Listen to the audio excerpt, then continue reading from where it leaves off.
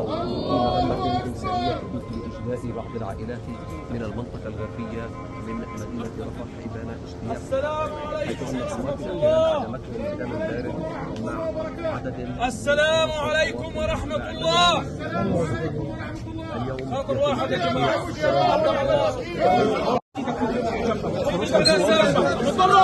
ما تضرش خليك في دي جنبك. ارجع لورا. ارجع لورا.